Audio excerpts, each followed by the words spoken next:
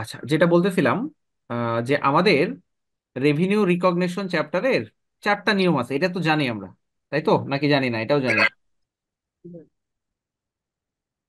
জি sir. কোন কোন নিয়ম আছে বলো তো একটু, আমি শুনতে চাই।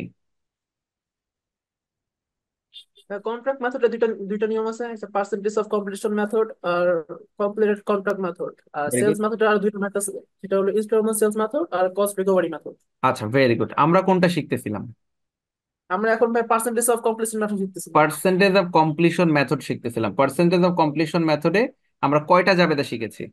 হ্যাঁ, টোটাল 5টা যাবে দেখায়। টোটাল 5টা জাবেদা। প্রথম জাবেদাটা কিসের জন্য দেওয়া হয়? নির্দিষ্ট সময় পর্যন্ত আমি যতটুকু কস্ট করছি সেই কস্টের হ্যাঁ, যাবে জন্য। এটা হচ্ছে খরচ নির্ধারণের যাবে না। প্রথম জাবেদা হচ্ছে খরচ নির্ধারণ। তারপরেরটা?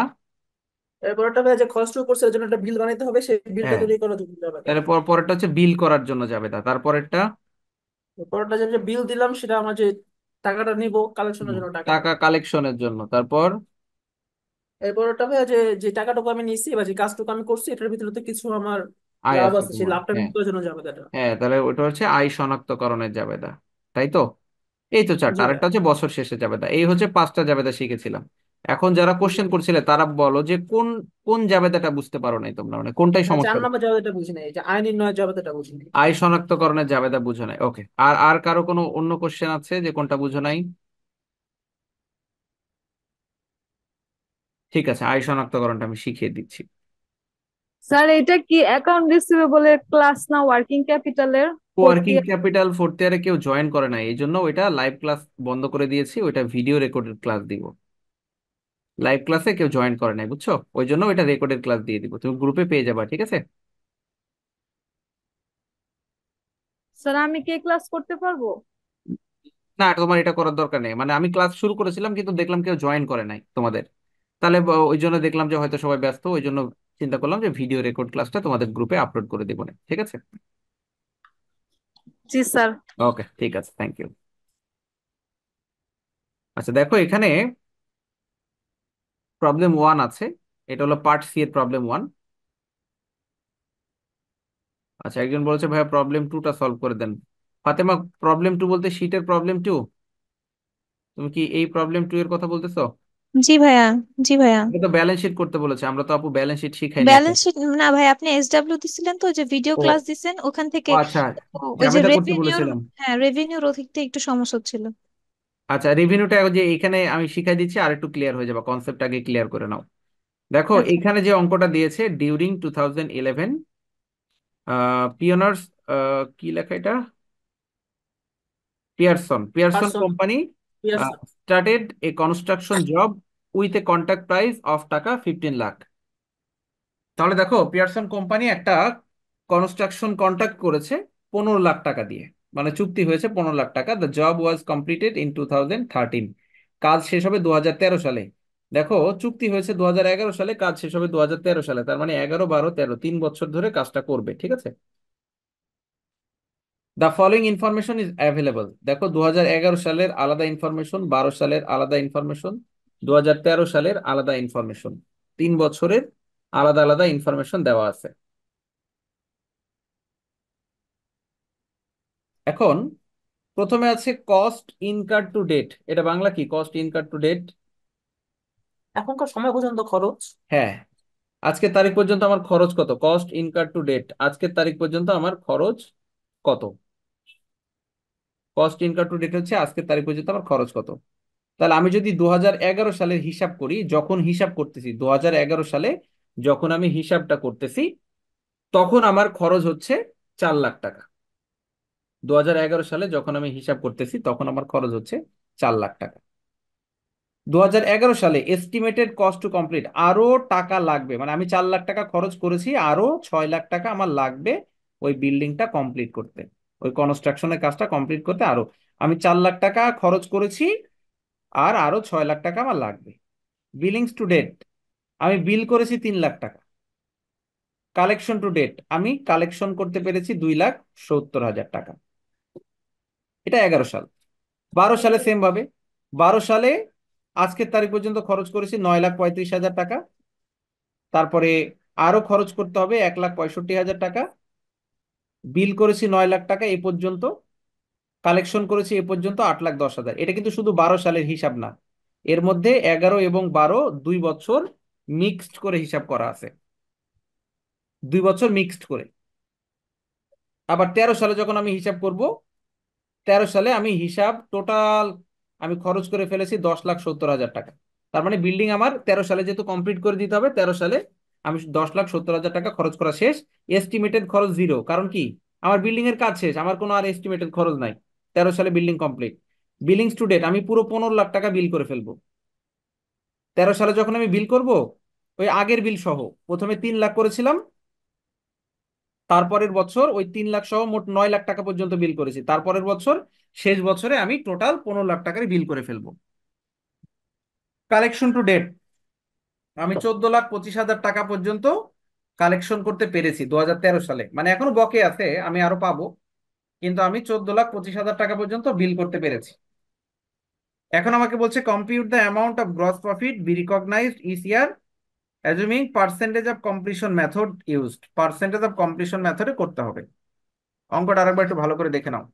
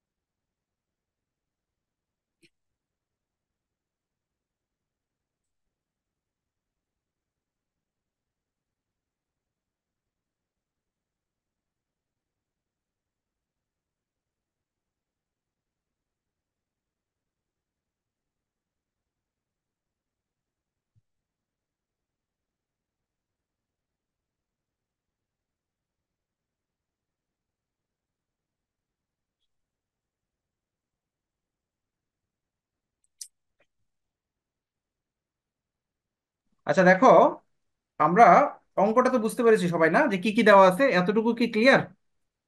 জি ভাইয়া। 3 বছরের অঙ্ক একসাথে দেওয়া আছে। অঙ্ক যদি ক্লিয়ার হও তারপরেরটুকু খেয়াল করো। আমাদের percentage of completion method use করে কি করতে হবে, যে বলছে compute the amount of gross profit, gross profit বের করতে হবে রিকগনাইজড ইচ ইয়ার, প্রত্যেক বছরে, প্রত্যেক বছরে বের করতে হবে। তাহলে আমরা একটা ছক করে নিব, যেহেতু 3 বছরের অঙ্ক, ছক করে ক্যালকুলেশন করব। প্রথমে অ্যাকাউন্টস টাইটেল 2011 সাল, 12 সাল আর 2013 সাল, 3 বছরের অঙ্ক। প্রথমে কন্ট্রাক্ট প্রাইস লিখবো। কন্ট্রাক্ট প্রাইস সে 11 সাল, 12 সাল, 13 সাল যে ইয়ারই হোক না কেন, প্রত্যেক ইয়ারে সেম, কারণ কন্ট্রাক্ট প্রাইস তো চেঞ্জ হচ্ছে না। হ্যাঁ, অনেক সময় চেঞ্জ হতে পারে, প্রথমে যে কন্ট্রাক্ট নিয়েছিলাম পরে মনে হচ্ছে যে না, এটা আরো বেশি টাকা লাগবে, তখন মালিক পক্ষের সাথে আবার চুক্তি করতে হবে যে ভাই আমি প্রথমে কন্ট্রাক্ট নিয়েছিলাম কিন্তু এখন দেখে মনে হচ্ছে যে না, এই খরচ এই টাকার মধ্যে কমপ্লিট করা সম্ভব হচ্ছে না, তো কন্ট্রাক্ট নতুন করে করতে হবে, এখানে আমার আরো বাজেট বাড়াইতে হবে। যেমন মনে করো যে সরকার যখন পদ্মা সেতু বা অন্যান্য কাজগুলো করার সময় যখন সময় ডিলে হয়, তখন আবার নতুন করে কিন্তু আবার কন্ট্রাক্ট বাড়াইতে হয়, বা নতুন করে কোনো কিছু অ্যাড করতে চাইলে আবার কন্ট্রাক্ট প্রাইস বাড়াইতে হয়। তো তখন আমাদের কন্ট্রাক্ট প্রাইসটা বাড়তে হবে, কিন্তু আমাদের এই অঙ্কের ক্ষেত্রে আমরা 15 লাখ টাকা কন্ট্রাক্ট করেছি, ওইটাই আছে, এটার কোনো চেঞ্জ নাই। তো কন্ট্রাক্ট প্রাইস 15 লাখ টাকা, এখান থেকে লেস কস্ট, খরচগুলো আমার বাদ দিতে হবে, তাইলে না আমার প্রফিট বের হবে। আমি যদি খরচগুলো বাদ দেই তাহলে আমার প্রফিট বের হবে। তাহলে প্রথমে আমি কি খরচ বাদ দেবো, কস্ট ইনকার টু ডেট, আজকের তারিখ পর্যন্ত আমার খরচ কত, আজকের তারিখ পর্যন্ত আমার খরচ কত, 4 লাখ টাকা। এই যে 11 সালে, 11 সালে আজকের তারিখ পর্যন্ত আমার খরচ হচ্ছে 4 লাখ টাকা। আরো খরচ করতে হবে 6 লাখ টাকা, তাহলে আমি 4 লাখ টাকা খরচ দেখালাম, আরো এস্টিমেটেড কস্ট টু কমপ্লিট আরো 6 লাখ টাকা, তাহলে মোট খরচ আমার 10 লাখ টাকা হবে। এটা আমি অনুমান করতেছি, আমার 4 লাখ খরচ হয়ে গেছে, আরো 6 লাখ টাকা খরচ হবে, তাহলে আমার মোট 10 লাখ টাকা খরচ হবে। তাহলে উপরে 15 লাখ টাকা আমি কন্ট্রাক্ট নিচ্ছি, 10 লাখ খরচ হবে, তার মানে আমি ধরে নিচ্ছি আমার গ্রস প্রফিট বা এস্টিমেটেড প্রফিট হবে আমার 5 লাখ টাকা। আমার এস্টিমেটেড প্রফিট হবে 5 লাখ টাকা, এটা আমি ধরে নিচ্ছি। তো এস্টিমেটেড প্রফিট যদি আমার 5 লাখ টাকা হয়, এস্টিমেটেড প্রফিট যদি আমার 5 লাখ টাকা হয়, তাহলে এই 5 লাখ টাকার কত পার্সেন্ট প্রফিট হবে সেটা বের করতে হবে। আচ্ছা, তো তার আগে একটু বলে নেই, এইখানে দেখো ক্যালকুলেশন করে একটা পার্সেন্টেজ বের করেছি 40%। এই যে percentage recognize to date, percentage recognize to date, আমরা যে খরচ করেছি 4 লাখ টাকা। আচ্ছা, আমার মোট খরচ কত করতে হবে বলো তো? মোট খরচ করতে হবে কত? হ্যাঁ, 10 লাখ। 10 লাখ। 10 লাখের মধ্যে আমি অলরেডি খরচ করেছি কত টাকা? 4 লাখ। 4 লাখ। তাহলে কত পার্সেন্ট খরচ করলাম সেটা বের করতে হবে। তো কত পার্সেন্ট খরচ করলাম সেটা বের করার নিয়ম হচ্ছে 4 লাখ উপরে নিচে 10 লাখ ইন্টু 100।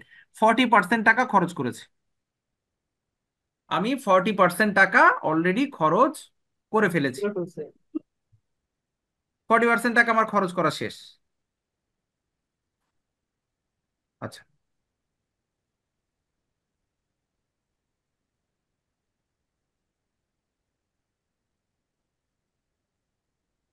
আচ্ছা, তো 40% যেহেতু আমি খরচ করেছি, আমার টোটাল প্রফিট হবে কয় টাকা? 5 লাখ টাকা না? জি ভাইয়া। এই পাঁচ 10 লাখ লাখ। টাকা তো আর 1 বছরের প্রফিট না। আমার টোটাল যে আমার প্রজেক্টের কাজ কমপ্লিট করা হইলে আমি 5 লাখ টাকা প্রফিট করব, তাই না? বিষয়টা তো তাই।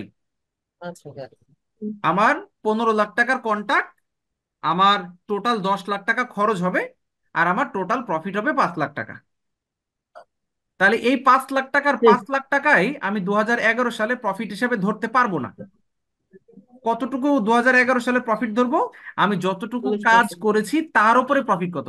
আমি যতটুকু কাজ করেছি, আমি 40% কাজ কমপ্লিট করেছি, 40% টাকা খরচ করে ফেলেছি, তাহলে 5 লাখের 40% প্রফিট আমি ধরবো। আমি যত পার্সেন্ট কাজ করেছি প্রফিটও তত পার্সেন্ট নিব, তাহলে 5 লাখের 40% হচ্ছে 2 লাখ টাকা, তাহলে আমার গ্রস প্রফিট হচ্ছে 2 লাখ টাকা।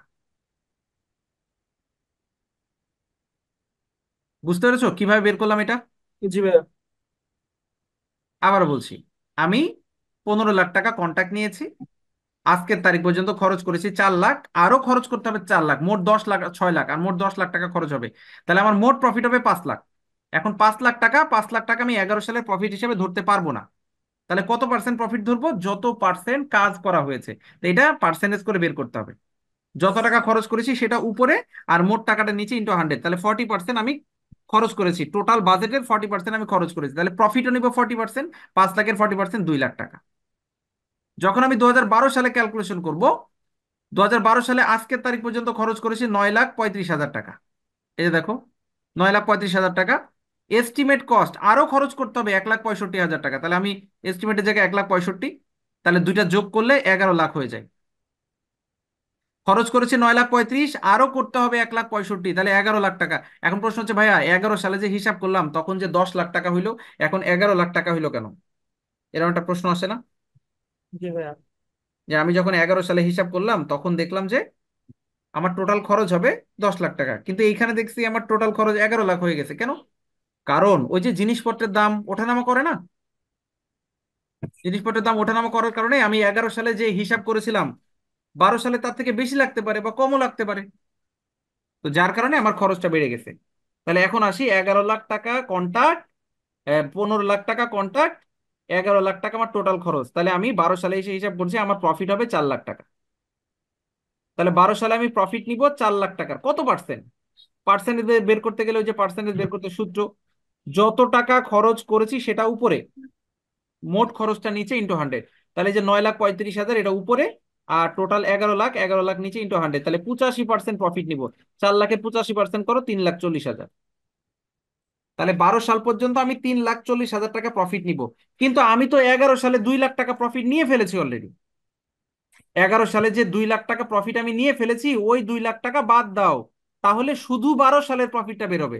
আমার মোট প্রফিট 3,40,000, এর মধ্যে আমি 11 সালে 2 লাখ টাকা অলরেডি নিয়ে ফেলেছি, 2 লাখ টাকা বাদ দিলে 12 সালের প্রফিট হচ্ছে 1,40,000।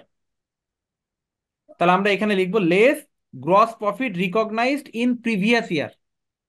এই প্রিভিয়াস ইয়ারে যে 2 লাখ টাকা নিয়েছি, 11 সালের আগে তো আর কোনো প্রিভিয়াস ইয়ার নাই, 11 সাল থেকে অঙ্ক শুরু, 11 সালের আগে কোনো প্রিভিয়াস ইয়ার নাই, এই জন্য 0। কিন্তু যখন আমি 12 সালে করতেছি, এটার প্রিভিয়াস ইয়ার হচ্ছে 11 সাল, ওই সময় 2 লাখ টাকা নিয়েছিলাম, ওই 2 লাখ টাকা বাদ দাও, তাহলে 3,40,000-এর মধ্যে 2 লাখ বাদ দিলে 12 সালে হচ্ছে 1,40,000 টাকা প্রফিট। যখন আমি 13 সালে হিসাব করব, কন্ট্রাক্ট প্রাইস 15 লাখ টাকা, আর এখানে এস্টিমেটেড খরচ দেওয়া আছে 10,70,000 টাকা, 10,70,000 টাকা বসাবো। এখানে আর তোমার নতুন করে কমপ্লিট করতে গেলে কত খরচ এটা থাকবে না, কারণ আমার তো এই বছরে কাজ শেষ। তাহলে এখানে আর নতুন করে কোনো এস্টিমেটেড কস্ট আসবে না, শুধু কস্ট টু ডেট আসবে। তাহলে 10,70,000 টাকা, তাহলে 15 লাখ টাকা থেকে 10,70,000 বাদ দিলে 4,30,000 টাকা। 4,30,000 টাকা পরে আমি 100%ই নিয়ে নিব, কারণ আমার কাজ শেষ। তাহলে 4,30,000 প্রফিট হবে। আর অলরেডি আমি 3,40,000 টাকা পর্যন্ত নিয়ে ফেলেছি 12 সালে, মানে 12 সাল পর্যন্ত 3,40,000 টাকা নেওয়া শেষ। ওই যে 2 লাখ টাকা হচ্ছে 11 সালে, আর 1,40,000 12 সালে, মোট 3,40,000 টাকা নেওয়া শেষ। তাহলে 3,40,000 বাদ দাও, তাহলে আর 90,000 টাকা প্রফিট থাকে, ওইটা আমি 2013 সালে নিব। এখন দেখো অঙ্কটা কোন জায়গায় কঠিন মনে হচ্ছে, কোন জায়গায় বুঝতেছো না সেটা বলো। ভাইয়া ওই যে -2 লাখ টাকা যে করে ওদিকটা একটু প্যাচ লাগতেছে। মানে 2011 সালে তো আমার প্রফিট পেয়েছি, মানে ওইটা তো ওইখানেই শেষ, তাহলে আবার 12 সালে কিসের জন্য 2 লাখ টাকা মাইনাস করব? আমি মোট প্রফিট 5 লাখ টাকা পাবো না? জি ভাইয়া। এই 5 লাখ টাকা তো 11 সালে পাবো না, 3 বছর মিলে পাবো। তো 5 লাখের মধ্যে আমি 2 লাখ টাকা 11 সালে প্রফিট হিসাবে ধরেছি। তাহলে 12 সালে যখন আমি প্রফিট বের করলাম 3,40,000 টাকা, এটা হচ্ছে শুধু 12 সালের প্রফিট না, এটা হচ্ছে 12 সাল পর্যন্ত, মানে যেদিন থেকে কাজ শুরু করেছি ওইখান থেকে 12 সাল পর্যন্ত প্রফিট হচ্ছে 3,40,000। তা এর মধ্যে 2 লাখ টাকা তো আমি 11 সালে অলরেডি দেখাই ফেলেছি।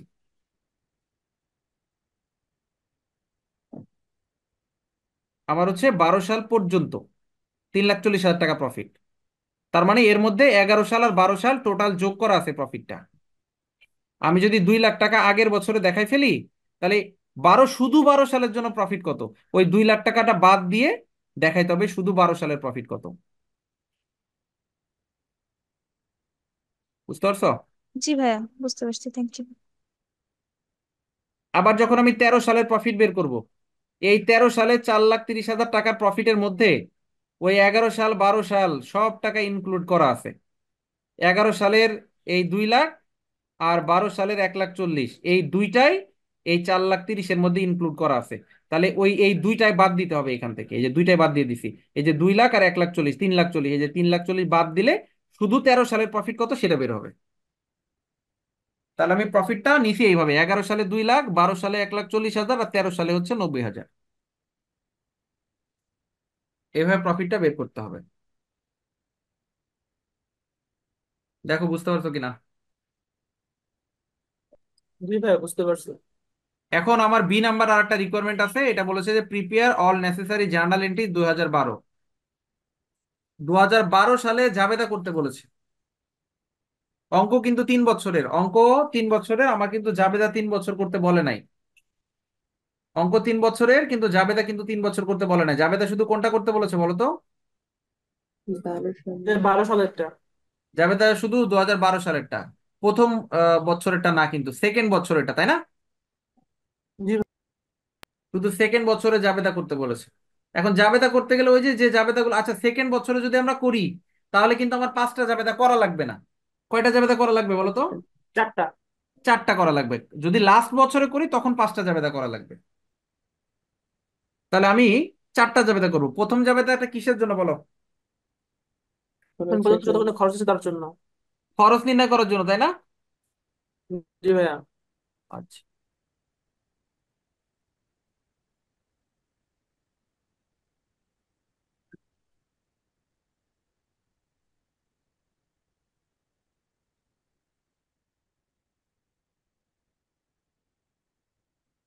আচ্ছা এবার একটু খেয়াল করো,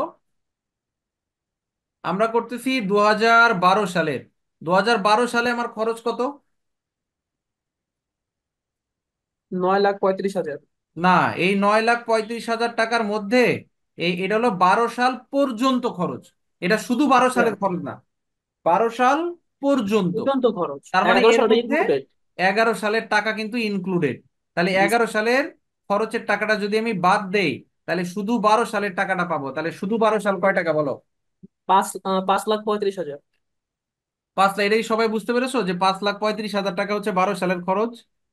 জি ভাইয়া। কারণ এই 9,35,000 হচ্ছে এটা শুধু 12 সালের খরচ না, এটা হলো 12 সাল পর্যন্ত। তার মানে 11 সাল আর 12 সাল দুইটা মিলায় খরচ এটা। 11 সালে 4 লাখ টাকা যদি আমি বাদ দিই তাহলে 5,35,000। আমরা জাবেদা দিয়েছি দেখো, কনস্ট্রাকশন ইন প্রসেস ডেবিট 5,35,000 আর ম্যাটেরিয়াল ক্যাশ পেয়েবল ক্রেডিট 5,35,000। এই যে এখানে বিয়োগটা করে দেখাই দিয়েছি। তাহলে এটা হচ্ছে খরচ নির্ধারণের জাবেদা, খরচ নির্ণয় করলাম। ক্লিয়ার এটা? জি ভাইয়া। আচ্ছা, পরের জাবেদাটা কিসের জন্য?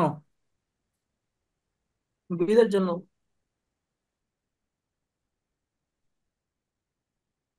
আচ্ছা, পরেরটা হচ্ছে বিলের জন্য। আমি বিল কয় টাকা করেছি? 9 লাখ। না, 9 লাখ তো 12 সাল পর্যন্ত, আগেরটা বাদ আচ্ছা দিতে হবে। 6 লাখ ভাইয়া। তাহলে বললাম 6 লাখ টাকা বিল করেছি, তাহলে বিলের যাবে তা 6 লাখ টাকা দিব। Account receivable debit 6 lakh. এই যে billings on construction in process 6 lakh. এই যে বিয়োগ করে দেখাই দিচ্ছি, ঠিক আছে? জি ভাইয়া। ওকে, পরেরটা কিসের? কালেকশন কালেকশনের। কালেকশনের যাবে দা। কালেকশন করেছি কত বলো? 8,10,000 8,10,000 থেকে বাদ দাও, কত হয়? 5,40,000 তাহলে আমরা পাঁচ এই লাখ যে চল্লিশ হাজার 5,40,000 cash debit account receivable credit 5,40,000 বিয়োগ করে দেখাই দিছি। তাহলে প্রথম তিনটা যাবে তো ক্লিয়ার, তাই না? জি ভাইয়া। ঠিক আছে।